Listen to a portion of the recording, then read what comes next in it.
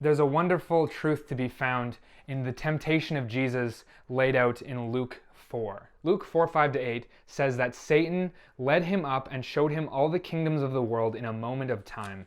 And the devil said to him, I will give you all this domain and its glory, for it has been handed over to me, and I give it to whomever I wish. Therefore, if you worship before me, it shall all be yours.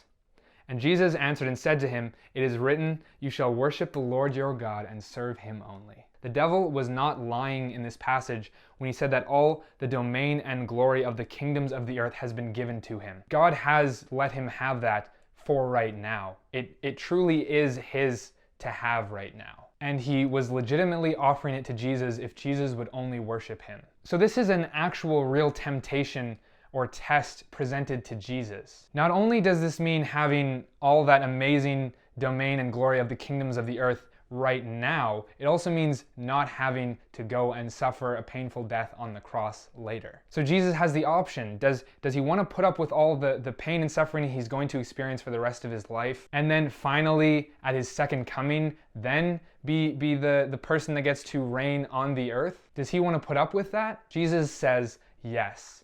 And this is a wonderful example for us. See, whenever Satan tempts us, he always gives us just enough of what the original creation was supposed to be to allure and tempt us, because the only truly good things come from God.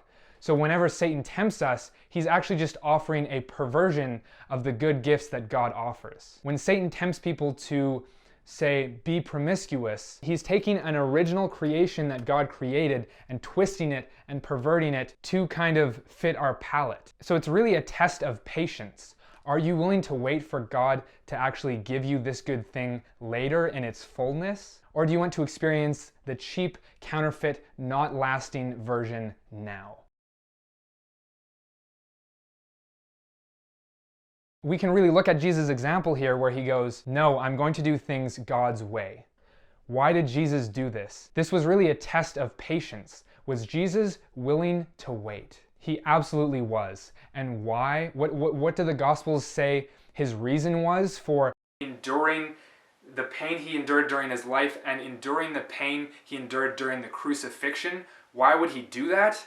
For the joy set before him. So as we are tempted to sin even in our daily lives, as different little counterfeit cheap thrills pop up throughout our days, the secret to conquering that and setting our eyes on Jesus and following God perfectly is to follow the example of Jesus.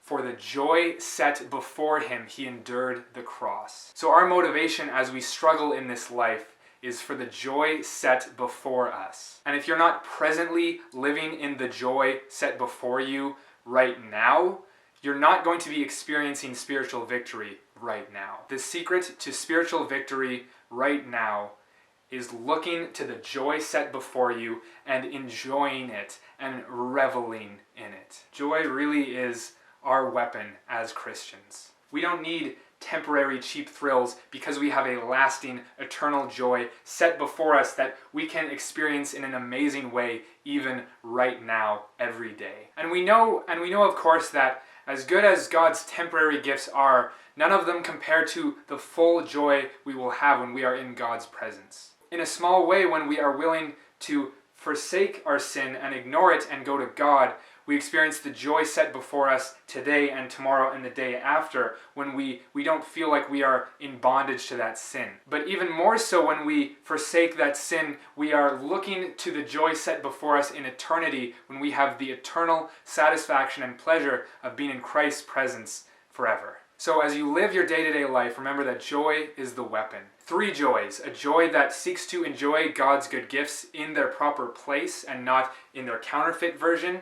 2, the joy that we have every day when we follow God and forsake sin. And 3, the eternal joy that we will have forever with Christ because we put our faith and trusted in him.